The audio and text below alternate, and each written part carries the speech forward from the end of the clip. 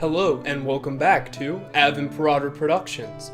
I'm your host Sulla, and today we will be continuing our look at the sociology of mass movements and the true believer.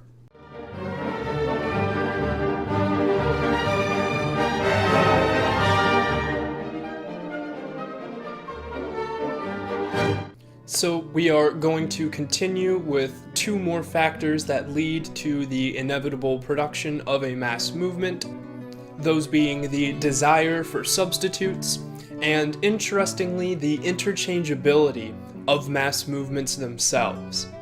So, mass movements themselves stand at odds with practical organizations. A practical organization can peacefully coexist within a social order to produce self-interested ends such as self-interest, self-advancement, and a feeling of purpose.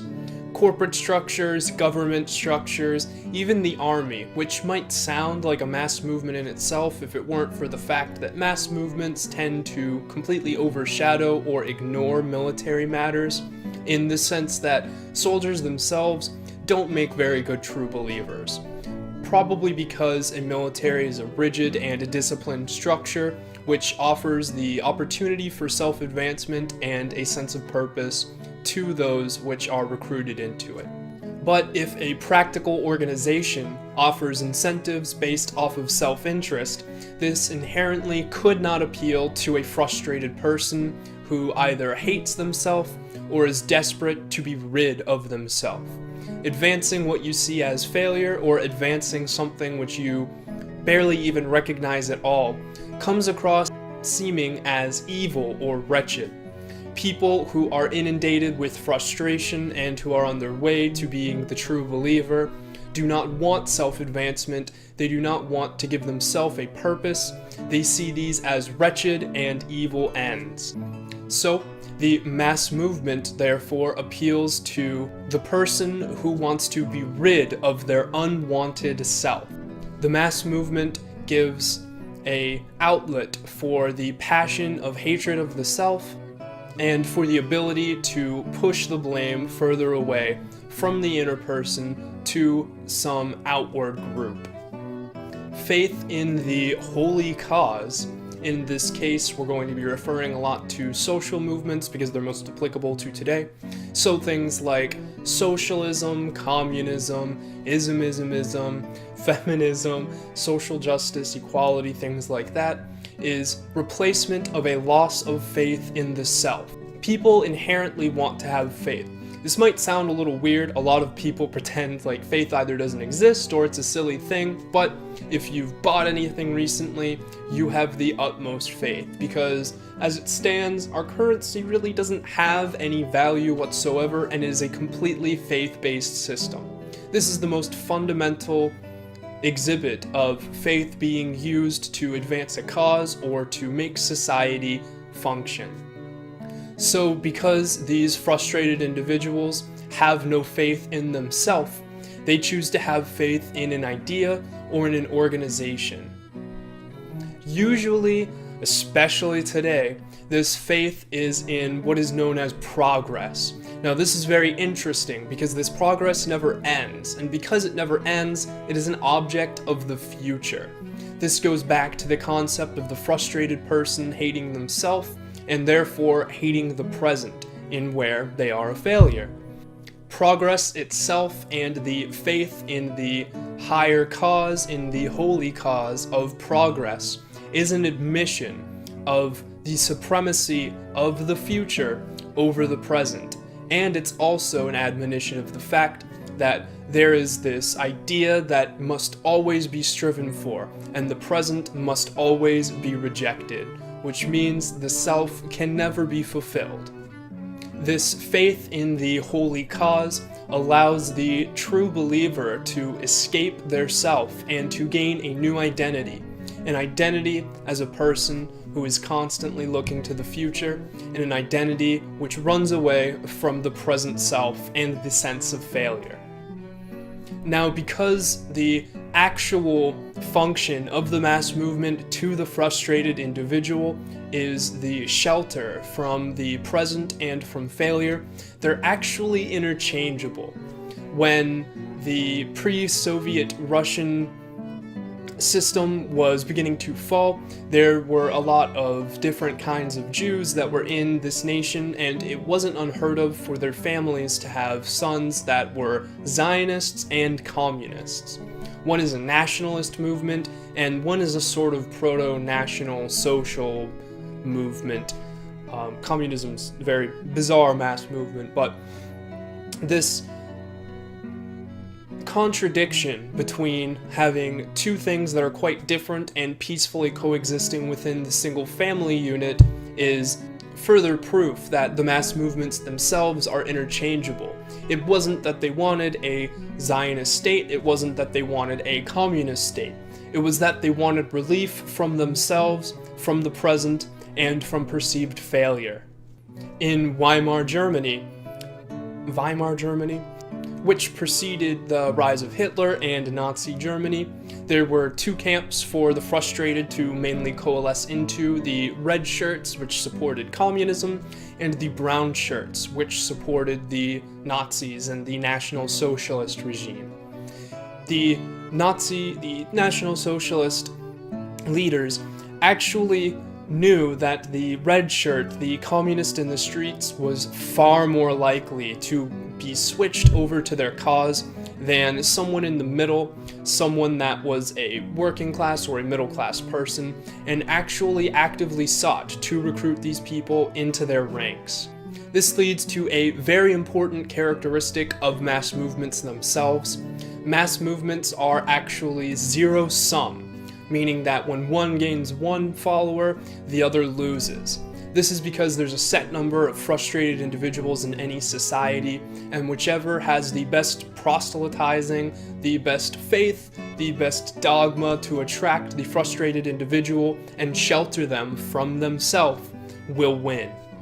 So now we're going to talk about the people themselves. Who are the potential converts, the frustrated? People tend to characterize different groups, nationalities, races, religions, anything like that, based on the lowest or the least of the elements of that group. While this may sound unfair, it actually makes a lot of sense in a historical and social perspective, because the least elements of a group and the highest elements of that group tend to be the ones actually playing the game of history. The abjectly rejected and the abjectly successful tend to be the people who are most likely to join and to form mass movements themselves. And because of this, it is the reject elements, the lowest elements of the group, which most need to be feared, since they will be the highest saturation. Disregarding the highest elements for a moment, the lowest elements of a group are already frustrated with the present and are already seeking to push the blame from themselves to some sort of external cause. Therefore, the lowest members of a group, the least, the most stereotyped, are the ones most prone from the get-go to join a mass movement. Interestingly, the middle section, not necessarily the middle class by itself, but the middle section of a society tends to remain relatively inert. These people are fighting against change every day, change in their employment, change in their patterns of behavior, and see radical change as threatening to themselves and to their sense of purpose. So it might seem like you could assume that the poor as a whole would be ready converts to become the true believer. But this actually isn't true. A poor person, as I said, with the middle section of a society, tends to be fighting against change on the daily. And because of this, they're actually sort of hardened against it. There is a certain section of the poor, though, which we will need to expand a bit, in the sense that poor is not necessarily a lack of money, but can also be relative deprivation and a loss of something other than money, such as influence or power.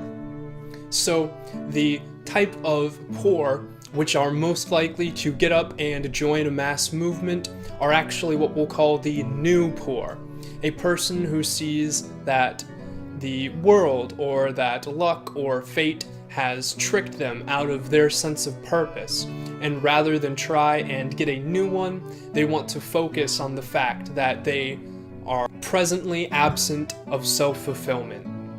Such people as disinherited civil servants, today a lot of factory workers, students who went into college for an idea which was not actually compatible with the society in which they live. All of these people felt like they had a purpose which was removed from them, and rather than desire a new one or seek some sort of self-fulfillment, they want to change everything around them. Along with the least elements, the most insufferable of a specific group, the new poor will also be among the first to join a mass movement out of their perceived frustration and desire to regain what they see as theirs. It is interesting to note here that mass movements do not form against strong states, or even against overly abusive ones. They form against the weak and the stagnant. The mass movement does not seek to topple a regime because of its inherent flaws. The mass movement seeks to topple a regime that is weak. This is a movement against weakness, the displacement of the inner self weakness against something external. This is shown time and time and time again. The French Revolution came right after the French state became bankrupt. The Communist Revolution came right after the Russian state had suffered terrible losses in a war and had very little money as well. This is an interesting point, kind of on the side, to note that these mass movements are themselves against weakness, which is the very quality the person wishes to remove from themselves, by attempting to remove it from without. The next group, which is quick to become a convert, is the inordinately selfish. Now, it might seem like I've espoused a lot of sort of selfish views so far, but there is a difference between self-interest and self-preservation, which are both very natural and very healthy styles of going about your life, and being inordinately selfish. The inordinately selfish person fails, but is not able to blame it on themselves, and therefore is not capable of going about it in a different way or making a second attempt.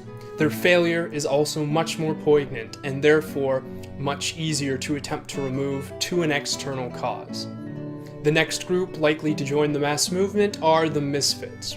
Misfits can be grouped into two categories: the temporary and the permanent. A temporary misfit is simply one who does not fit into whatever role they are trying to currently adapt to. Someone who just got out of school and is looking for a job could very easily be a temporary misfit, but it could be relieved with a simple sense of self-fulfillment and with some sort of action taken to advance the self. Temporary misfits are usually not as likely, and if they are, it's something that they'll probably look back on in disdain. A permanent misfit is one who is not able to achieve their desires. Fulfillment is not possible. Because fulfillment in the present isn't possible, they must seek to ensconce themselves in the future. This is maybe a little hard to imagine, but there's actually a really good example from very recently. There was a college professor who was seen using a bike lock to attack people in a crowd. This is a person who could not find a sense of fulfillment within his current self and needed to join some sort of external group in order to replace the lost faith in himself with faith outward. Permanent misfits will not be able to reconcile their failure and their inability to achieve their goals with any sort of internal problem, and therefore will likely join a mass movement in an attempt to change everything around them in opposition to themselves. The most frustrated by far are the denied artists, the people with a creative longing, with the sense of how they could fulfill themselves and a purpose they could bestow, but unfortunately are unable or unwilling to do what they must to realize this creative potential. The ability to create is the ultimate form of self-preservation and self-fulfillment, and therefore the lack of it will lead to a serious ability to reject the present. These will be the most fanatical in the group, and no matter what honors or no matter what they gain in the present, they will never be able to satisfy their inner creative want. The last two groups, which are very likely to join a mass movement, are those with unlimited opportunities. This you could see as a rich kid who just got out of Yale and could become anything, but because they could become anything, the present is essentially valueless. Unlimited opportunities make the present seem like nothing because everything belongs in the future. Because of this, they could very easily be influenced into accepting a faith which worships some far-off and long-away future goal. And in my opinion, the most interesting group of people who are likely to become a convert into the true believer are the bored. Generally, someone who is bored is very quick to blame it on everything around them, but in truth, a bored person is bored with themselves. This leads quite easily into the discontent and into the disaffection for the self and the present, and makes them very easy to switch over to a mass movement. The bored have been a huge part of many mass movements, and the more bored people there are in a society, the more likely it is that something like this will actually spark. The bored housewives in the French Revolution were actually some of the most ardent supporters of Marie Antoinette. The bored housewives and the slaves, the high and the low of ancient Rome, were actually the first to convert to Christianity. Alright, thank you very much for watching. I hope that you enjoyed. This is the second in probably a 3-part series on mass movements and the true believer. This is going to be our sort of primer for looking at other sociological issues. So thank you very much for watching. I hope that you enjoyed. If you did, be sure to leave a like. If you want to see more content like this, you should subscribe. But until next time, remember, Ave Imperator.